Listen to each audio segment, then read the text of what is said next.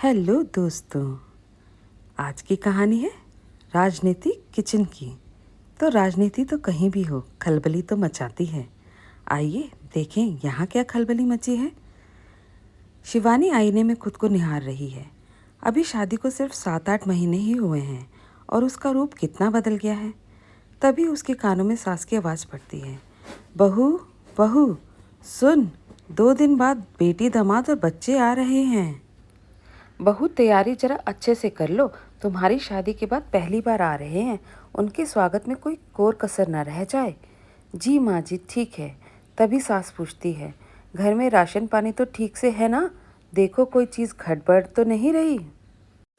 तो कबीर को कह दो, ले आएगा ऑफिस से आते समय। ठीक है माँ जी। शिवानी ने देखा, घर में मूंगफली नहीं है, रिफाइंड तेल नहीं है और भी कुछ कुछ लिस्ट बनाकर व्हाट्सएप पर कबीर को भेज दिया और नीचे लिखा, हो सके तो 20 रुपए के गोलगप्पे ले आना, बहुत दिनों से नहीं खाए। दोपहर का खाना बनाने के लिए शिवानी किचन में गई। चावल चढ़ाया, दाल चढ़ाई और सब्जियां काटने लगी। तभी सास किचन में आ गई। सब्जी क्या बना रही हो बहू? पालक साग माँ जी, और आलू का चोखा। ठीक है, लेकिन साग पहले उबाल लेना और थोड़े तेल में ही फ्राई करना, और आलू का कच्चा चोखा बनाना, भूनना नहीं, उसमें बहुत तेल खर्च हो जाता है। जी माँ जी। थोड़ा उदास होकर शिवानी ने कहा। इन 7-8 महीनों में शिवानी ने सास को बहुत अच्छी तरह से पहचान लिया है, जो दिखावे में तो पूरा जीती हैं पर खाने पीने में एकदम काइयाँ थी। वश चले तो बिना तेल के भी सब्जी बनवा ले। जब नया नया उसने किचन संभाला तो उसने आलू गोभी की सब्जी बनाई और खीर बनाई और सास से कहा कि माँ जी पूरियाँ तल दूँ। तो सास ने झट से कहा, देखूं तो क्या सब्जी बनाई है तुमने? और जैसे ही कढ़ाई में ढक्कन उठाकर सब्जी देखा तो चीखते हुए बोली, सब्जी में इतना तेल? तुम्हारा दिमाग तो ठीक है ना? डिब्बे का पूरा तेल आज ही सब्जी में उड़ेल दिया क्या? देखूं तो तेल का डब्बा। नहीं नहीं, मैं समझ गई, तुम तो भट्टा बैठा दोगी बहू हमारा। उसने कई बार पति से इसकी शिकायत की है। माँ जी बहुत कंजूसी से खाना बनाती हैं, पर उसके पति को इस बात से कोई फर्क नहीं पड़ता था, क्योंकि वो इसी माहौल में बड़ा हुआ था और अब नौकरी कर रहा था, तो बाहर से ही अपनी पसंद की चीज़ें खाकर आता था। उसने कितना भी कहा, पर उसने एक बार भी माँ से कुछ न कहा और कहा, अच्छा मैं कभी कभी बाहर से कुछ ला दिया करूँगा। 1-2 महीने तो उसने किसी तरह काम चलाया, पर कभी तो किसी किसी सब्जी में थोड़ा अधिक तेल डालकर बनाने का मन करता है ना। बस सास शुरू हो जाती, तेल क्या तुम्हारे मायके वाले लाकर देते हैं जो इतना तेल सब्जी में डाल देती हो? पूरियां तो बनाने के नाम से ही बवाल मचा देती घर में। ससुर जी के जन्मदिन पर ही आखिरी बार घर में पूरी बनी थी, बहुत होता तो कहती परांठे बना लो। सास के इस कंजूस स्वभाव से शिवानी एकदम परेशान हो गई थी। एक आध बार सास से बहस भी हो गई थी, मगर सास तो सास थी, जरा न बदली। इसका कारण भी था, ना तो ससुर जी और ना उसका पति कभी विरोध में बोलते, क्योंकि दोनों बाहर से कुछ न कुछ खाकर आ जाते। तो उनकी खाने की इच्छा पूरी हो जा रही थी। अब पिसने के लिए घर में शिवानी ही थी और पति तो साथ दे ही नहीं रहा था। 7-8 महीने पहले जब शिवानी शादी कर आई थी, तब एकदम गुल फुल और प्यारी सी लगती थी, मगर अब उसका वजन भी कम हो गया था, स्किन की रौनक भी कम हो गई थी और अब तो कमज़ोरी भी महसूस हो रही थी। उसने सोच लिया था मायके में जाकर कहूँगी, मगर इससे पहले ही ननद नदोई के आने की खबर आ गई। उसने किचन और घर पूरी तरह से साफ कर लिया, घटे बड़े सामान की लिस्ट कबीर को दे दी, एक कमरा भी साफ कर दिया है, चादर भी बदल दिया है। शाम को कबीर आते हैं तो सास थैले में सामान चेक करने लगती है। कबीर चुपके से गोलगप्पे उसके हाथ में दे देते हैं और कहते हैं कमरे में जाकर खा लो। पर शिवानी अब सास से छुपा कर नहीं खाना चाहती।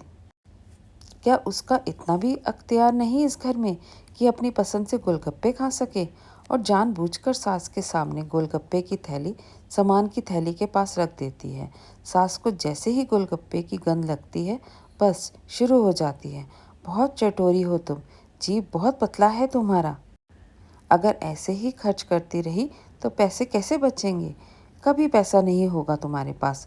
तो शिवानी कहती है, माँ जी इंसान बिना खाए बचे तब तो पैसे काम आएंगे, और उनके सामने ही गोलगप्पे खाने लगती है। छुपाना क्यों है, उसने मन ही मन सोचा। अब चीज़ें उसकी बर्दाश्त से बाहर हैं। भला खाने पर इतनी सख्ती रखेगी तो उसका स्वास्थ्य खराब हो जाएगा और कहीं कुछ हो ना जाए। बेटी दामाद आने के एक दिन पहले सास पूरे घर का मुआयना खुद से करती है और रात को बहू से कहती हैं, मैं खुद किचन साफ कर दूंगी, तुम सो जाओ। अगली सुबह जब शिवानी उठती है और किचन में काम करने जाती है तो देखती सब्जी की टोकरी में हरी सब्जी भरी है। किचन के सभी छोटे छोटे डब्बे हटे हुए हैं और बड़े बड़े डब्बों में भर भर कर सभी दाल, बेसन, मैदा, सूजी और ज़रूरत का सभी सामान रखा हुआ है। और किचन का तेल का वो छोटा सा डब्बा भी गायब है और 1 लीटर सरसों का तेल और 1 लीटर रिफाइंड तेल रखा हुआ है। उसे तो किचन का रूप देखकर विश्वास ही नहीं हो रहा था कि ये वो वही किचन है जिसमें वो पिछले 7-8 महीने से खाना पका रही है। ओह! तो महान सासू माँ का यह महान रूप देखना भी बाकी ही था। उसे तो पता ही नहीं था कि उसकी सास अंदर से इतना दोहरापन लिए हुए है। मगर सास ससुर कहीं दिखाई नहीं दे रहे हैं। वो चाय चढ़ा देती है। तभी बाहर से ससुर जी की आवाज़ आती है अंदर आने की। शिवानी देखती है सास हाथ में 2 किलो पनीर लेकर आ रही है। मन ही मन उसकी चीख निकल गई। बाप रे, ये कंजूस औरत जो दाल चावल भी नाप कर बनाने को कहती है, 20 रुपए के गोलगप्पे में बड़ा सा लेक्चर कल ही दिया है और घर में महीने में एक बार आधा किलो पनीर भी नसीब नहीं होने देती है। आज दामाद बेटी के आने पर दोनों हाथों से दिल खोल कर खर्च कर रही है। लग ही नहीं रहा है कि ये वही औरत है। उसे आज सास पर इतना गुस्सा आ रहा था। इस बार सास को छोड़ेगी नहीं, बस कोई तो मौका मिले। किचन में घुसते ही सास कहती है, आज सारा खाना मैं खुद बनाऊंगी, तुम रहने दो आज किचन का काम। तो शिवानी को भी देखना है कि आखिर सास करती क्या है। 3 बजे के आसपास दामाद बेटी और बच्चे आने वाले हैं। वो घर के दूसरे काम निपटाने लगती है। दामाद बेटी समय से आ जाते हैं। सास ससुर खूब स्वागत करते हैं और फिर शुरू होता है खाने का दौर। सास ने पहले से ही सब खाना टेबल पर सजा दिया है। आज सास को उसकी कोई ज़रूरत महसूस नहीं हो रही है। फ्रेश होने के बाद दामाद बेटी खाने बैठते हैं तो सास खाना परोसने लगती है। तो दामाद कहते हैं, बहू आने के बाद भी आप ही खाना परोसिएगा मम्मी जी, भाभी को बोलिए ना। और शिवानी को आवाज़ देते हैं। अब तो सास को न चाहते हुए भी शिवानी को खाने की टेबल की कमान देनी पड़ती है। शिवानी देखती है पुलाव एकदम बढ़िया मेवा डला हुआ, पनीर एकदम मसालेदार और तेल से भरपूर, मिठाई, सलाद, बूंदी, रायता, पकौड़ी। शिवानी ने खाना तो खिला दिया पर मन ही मन कुछ ठान भी लिया। उसे सास के इस व्यवहार से रात भर नींद नहीं आई। अगली सुबह जब उठी तो चाय बनाने गई। सास ने कहा, आलू की भुजिया काट दे बहू। थोड़ी देर बाद नंदोई जी आते हैं। सास और ननद छत पर कुछ काम से गई हुई थी। क्या बना रही हैं भाभी नाश्ते में? शिवानी कहती है, नाश्ते में आलू की भुजिया और रोटी बनेगी। भाभी गोल गोल आलू काटिए और एकदम मस्त तीखा हरी मिर्च और सरसों मेथी के छौंके से बनाइए और एकदम गरम गरम पूड़ी साथ में। तभी शिवानी को सास के आने की आहट हो जाती है और थोड़ा सुनाते हुए कहती है, माफ़ कीजिए नंदोई जी, पूरियाँ तो तल कर नहीं खिला सकूँगी। पूड़ी तलने में काफ़ी तेल खर्च हो जाता है, इसलिए घर में पूड़ी मम्मी जी की इजाज़त के बिना नहीं तली जा सकती है। आप उनसे इजाज़त लेकर आ जाइए। क्या कह रही हैं भाभी जी? मैं पूड़ी खाने के लिए अब सास से इजाज़त लूँ? आपका दिमाग तो ठीक है? थोड़ी ऊंची आवाज़ सुनकर सास कमरे में आ जाती है। क्या बात है? तो दामाद कहता है, भाभी मुझे पूड़ी खिलाने से इनकार कर रही है, कह रही है आपसे इजाज़त लेनी होगी। तो सास थोड़ा डांटते हुए कहती है, दामाद जी जो कह रहे हैं बना दो बहू। ना, बिल्कुल नहीं बनाऊंगी। बहू के लिए सब्जी में भी तेल की बूंद बूंद का हिसाब रखती हैं। पूड़ी तो बहुत दूर की बात है और दामाद के लिए तेल की धार भी बहाने को तैयार खड़ी हैं। घर में अच्छा खाना खाने का मेरा जी तरस गया है। जब देखो साग, जब देखो आलू का कच्चा चोखा, दाल भात, भुजिया भी जल्दी नहीं बनाने देती हैं। बहुत तेल लग जाता है और बेटी के लिए 56 भोग लगा रही हैं। दामाद देवता है कि उसकी आरती उतार रही हैं और मैं गली का कुत्ता हूँ कि जैसा तैसा खाकर भी जीने को मजबूर करके रखा हुआ है। बहू चुप हो जाओ। कबीर अपनी बीवी को संभालो, वरना मुझसे बुरा कोई ना होगा। कबीर ने जैसे ही शिवानी से कुछ कहना चाहा, तुम तो चुप ही रहो, खुद बाहर से खाकर आ जाते हो और अपना पेट और आत्मा तृप्त रहता है तो कभी मेरे लिए माँ से कुछ कहा नहीं, और आज बोलोगे। दामाद के सामने सास की पोल पूरी तरह खुल गई।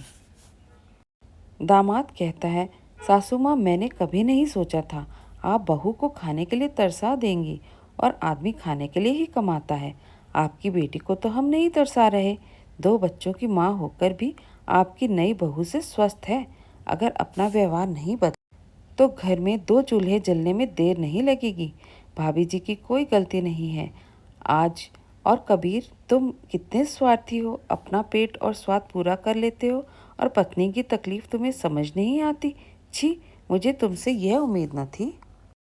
शिवानी की सास उसे गुस्से से घूर घूर कर देख रही थी और शिवानी भी उन्हें अर्थपूर्ण नज़रों से देख रही थी। अब आपकी किचन की गंदी राजनीति नहीं चलेगी सासू माँ। धन्यवाद दोस्तों। तो कैसी लगी आपको ये राजनीति भरी कहानी? अगर पसंद आई तो वीडियो को लाइक और शेयर ज़रूर कीजिए, चैनल को सब्सक्राइब ज़रूर कीजिए।